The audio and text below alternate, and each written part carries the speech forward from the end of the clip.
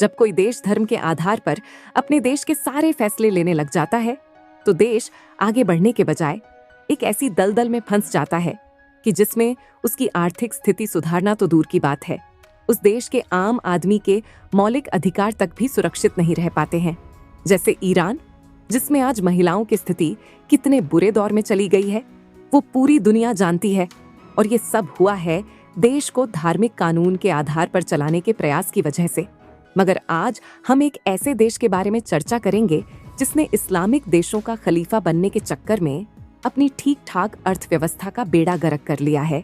क्या आप जानते हैं कि कभी यूरोप और एशिया के संगम पर स्थित टर्की अपनी मजबूत अर्थव्यवस्था और स्थिर मुद्रा के लिए जाना जाता था, लेकिन आज वही टर्की आर्थिक संकट के ऐसे दौर से गुजर रहा है कि उसकी मुद्रा टर्किश लीरा अपने न्यूनतम स्तर पर पहुंच गई है। आखिर ऐसा क्या हुआ कि टर्की की जनता अब अपनी ही मुद्रा पर भरोसा नहीं कर रही और विदेशी मुद्राओं में लेन देन करने को मजबूर है? आइए इस रहस्य से पर्दा उठाते हैं। साल 2003 में रजब तैयब अर्दोगान टर्की के प्रधानमंत्री बने। उस समय टर्की में संसदीय प्रणाली थी जिसमें प्रधानमंत्री की भूमिका महत्वपूर्ण थी, लेकिन 2014 में अर्दोगान ने संवैधानिक संशोधनों के माध्यम से टर्की को संसदीय प्रणाली से राष्ट्रपति प्रणाली में बदल दिया, जिससे राष्ट्रपति पद को अत्यधिक शक्तियां मिलीं।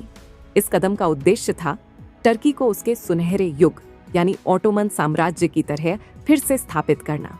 2008 में एक अमेरिकी डॉलर की कीमत लगभग 1.25 टर्किश लीरा थी, लेकिन 2024 तक ये मूल्य बढ़कर 36.4 टर्किश लीरा तक पहुंच गई। यानी 16 वर्षों में टर्किश लीरा की मूल्य में लगभग 93% की गिरावट आई है। भारतीय संदर्भ में देखें तो 2010 में एक टर्किश लीरा की कीमत लगभग 30 रुपया थी, लेकिन 2025 में यह घटकर 2 रुपये 30 पैसे रह गई।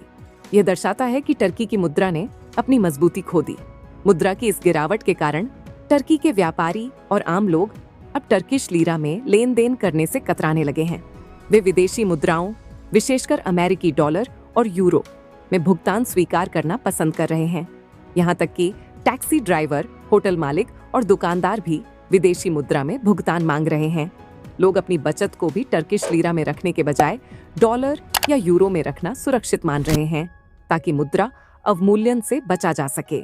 टर्की में मुद्रास्फीति दर वर्तमान में लगभग 40% के आसपास है, जो कि अत्यंत चिंताजनक है।